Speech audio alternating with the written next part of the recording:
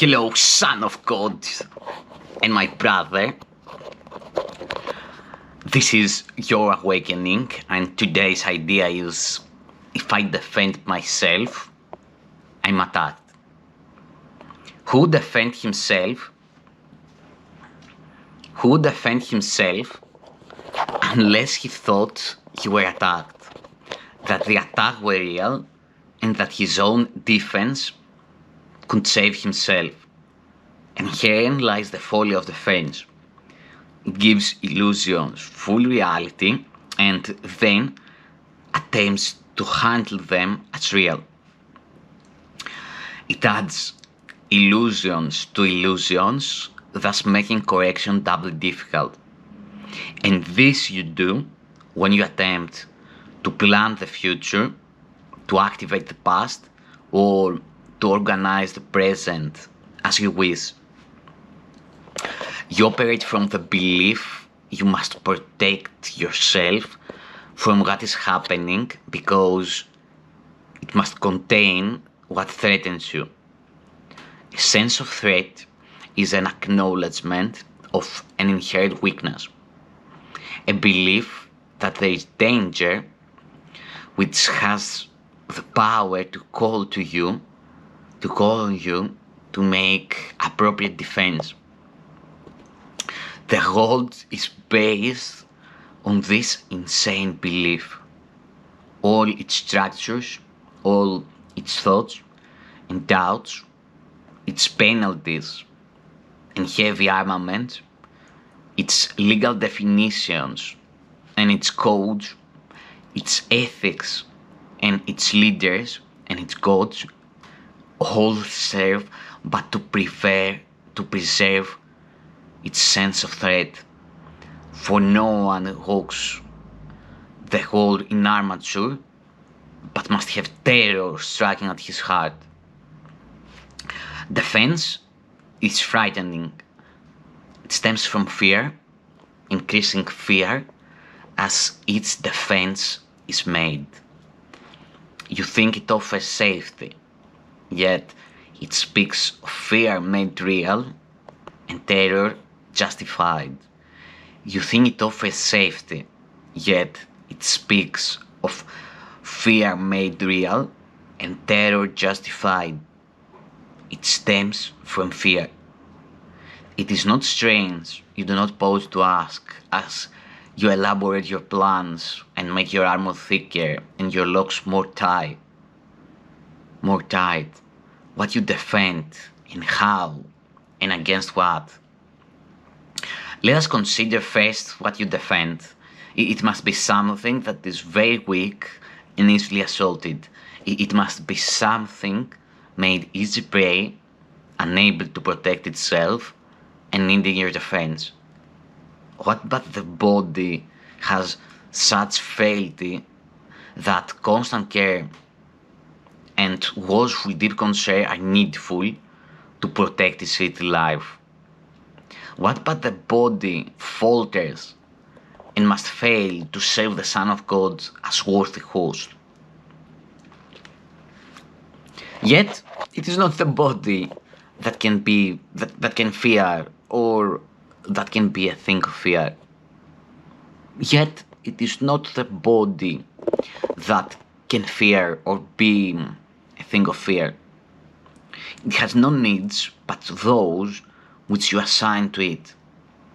It needs no complicated structure of defense, no health-inducing medicine, no care, and no concern at all. Defend its life or give it gifts to make it beautiful or walls to make it safe, and you but say your home is open to the thief of time, corruptible and crumbling, so unsafe it must be guarded with your very life. Is this picture not fearful? Can you be at peace with such a concept of your home? Yet, what endowed the body with the right to serve? What endowed the body with the right to serve except your own belief. It is your mind which gave the body all the functions you see in it and its value, and sets its value far beyond a little pile of dust and water. Who would make defense of something that he recognized as this? The body is in need of no defense. This cannot be too often emphasized. It will be strong and healthy if the mind does not abuse it by assigning to it roles it cannot fill, to purposes beyond its scope, and to exalted aims which it cannot accomplish. Such attempts, ridiculous yet deeply cherished, are the sources for the many mad attacks you make upon it, for it seems to fail your hopes, your needs, your values, and your dreams. The little self that self needs that needs protection is not real. The body, valueless and hardly worth the least defense, need merely be perceived as quite apart from you, and it becomes a healthy, serviceable instrument through which the mind can operate until its usefulness is over. Who would want to keep it when its usefulness is done? Defend the body and you have attacked your mind, for you have seen in it the faults, the weaknesses, the limits, and the lacks from which you think the body must be saved. You will not see the mind as separate from bodily conditions, and you will impose upon the body all the pain that comes from the conception of the mind as limited and fragile and apart from other minds and apart and separate from its source. These are the thoughts in need of healing, and the body will respond with health when they have been corrected and they have been replaced by truth. This is the body's only real defense. Yet, is this where you look for its defense? You offer it protection of a kind from which it gains no benefit at all, but merely adds to your distress of mind. You do not heal, but merely take away the hope of healing, for you fail to see where hope must lie if it be meaningful at all. A healed mind does not plan. It carries out the plans that it receives through listening. Does not plan. It carries out the plan that it receives through listening to wisdom that is not its own. It waits until it has been taught what should be done and then proceeds to do it. It does not depend upon itself for anything except its adequacy to fulfill the plans assigned to it. It is secure in certainty that obstacles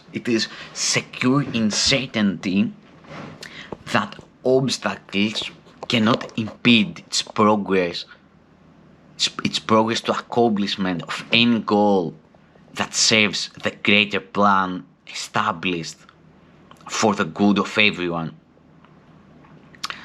A healed mind is relieved from the belief that it must plan. Although it cannot know the outcome which is best, the means by which it is achieved, nor how to recognize the problem that the plan is made to solve, although it cannot recognize all those, it must misuse the body in its plans until it recognizes this is so. But when it has accepted this as true, then it is healed, then it is healed and lets the body go. Enslavement of the body to the plans the unhealed mind sets up to save itself must make the body sick. It is not free to be the means of helping to a plan which far exceeds its own protection and which needs its service for a little while. In this capacity is health assured, for everything the mind employs for this will function flawlessly and with the strength that has been given it and cannot fail. It is perhaps not easy to perceive the self-initiated plans, that those self-initiated plans are but defenses with the purpose all of them were made to realize. They are the means by which a frightened mind would undertake its own protection at the cost of truth. This is not difficult to realize in some forms which self-deceptions take, where the denial of reality is very obvious. Yet, planning is not often recognized as a defense. The mind engaged in planning for itself is occupied in setting up control of future happenings. It does not think that will be provided for unless it makes its own provisions. Time becomes a future emphasis to be controlled by learning and experience obtained from past events and previous beliefs. It overlooks the present, for it rests on the idea the past has taught enough to let the mind direct its future course. The mind that plans is thus refusing to allow for change. The mind that plans is thus refusing to allow for change. What it has learned before becomes the basis for its future goals. Its past experience directs its choice of what will happen. And it does not see that here and now is everything it needs to guarantee a future quiet, unlike the past, without continuity of any old ideas and sick beliefs. Anticipation plays no part at all, for present confidence leads the way, for present confidence directs the way. Defenses are but plans you undertake to make against the truth. Their aim is to select what you approve and disregard what you consider incompatible with your beliefs of your reality. Yet what remains is meaningless indeed, for it is your reality that is the threat which your defenses would attack, obscure, and take apart and crucify. What could you not accept if you but knew that everything that happens, all events, past, present, and to come, are gently planned by one whose only purpose is your good?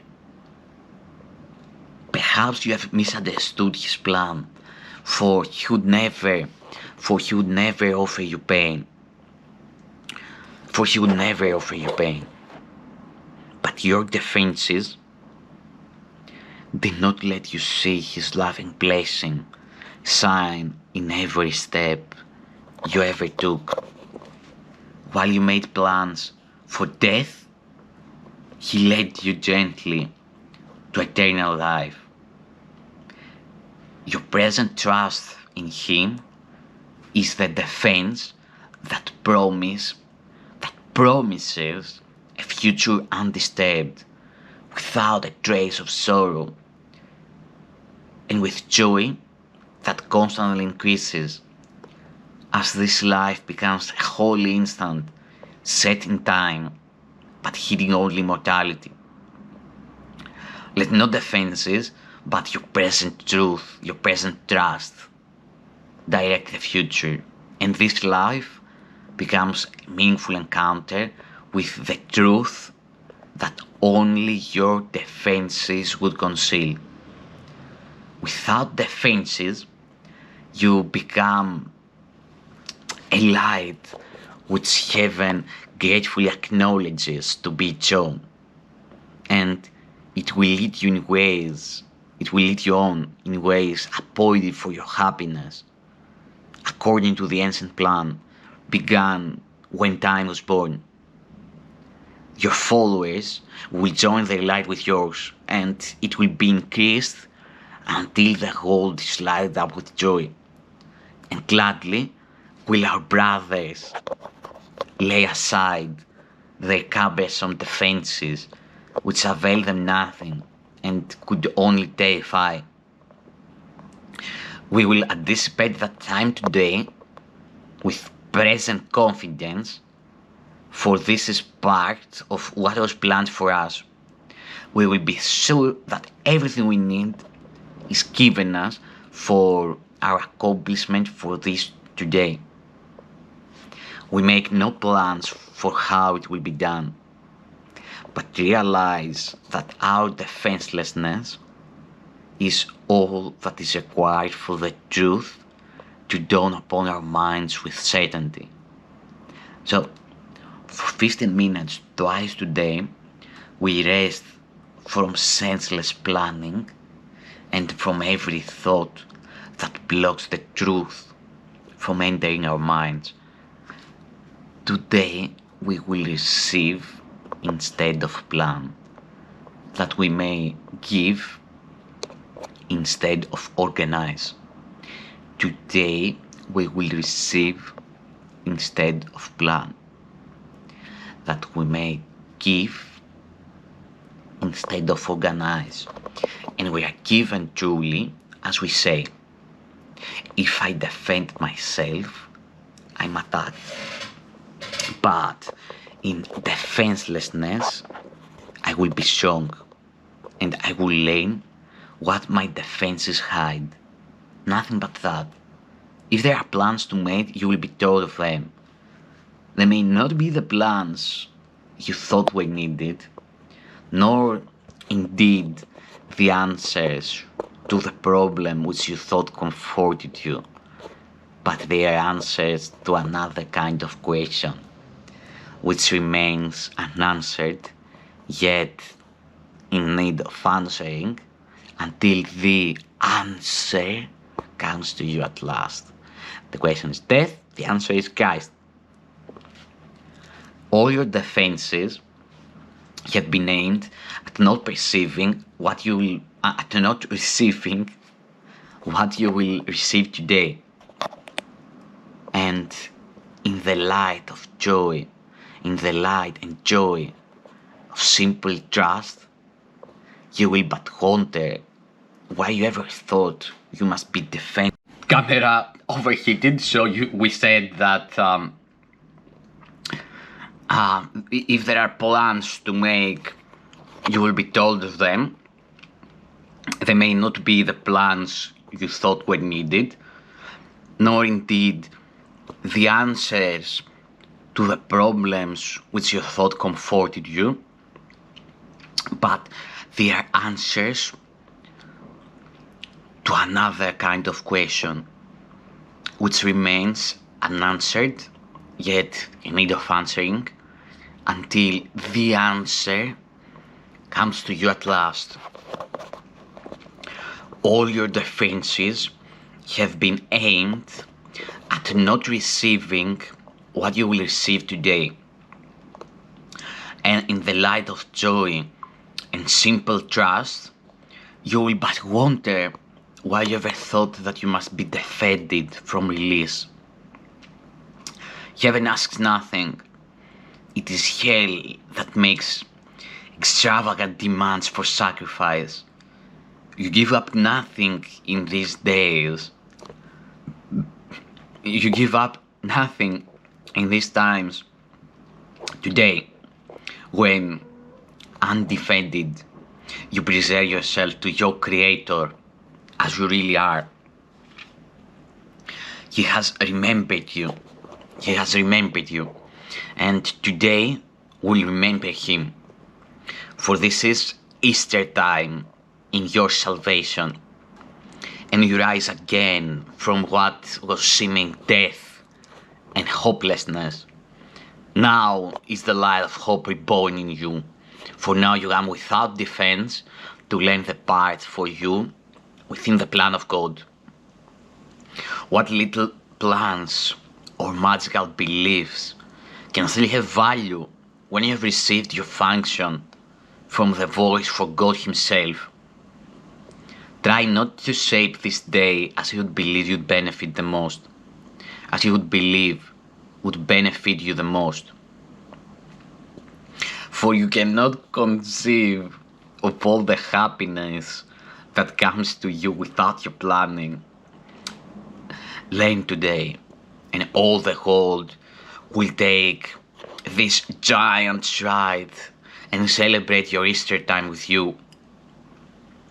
Throughout the day, as foolish little things appear to rise defensiveness in you and tempt you to engage in weaving plans, remind yourself this is a special day for learning and acknowledge it with this. This is my Easter time, and I would keep it holy. I will not defend myself because the Son of God needs no defense against the truth of His reality.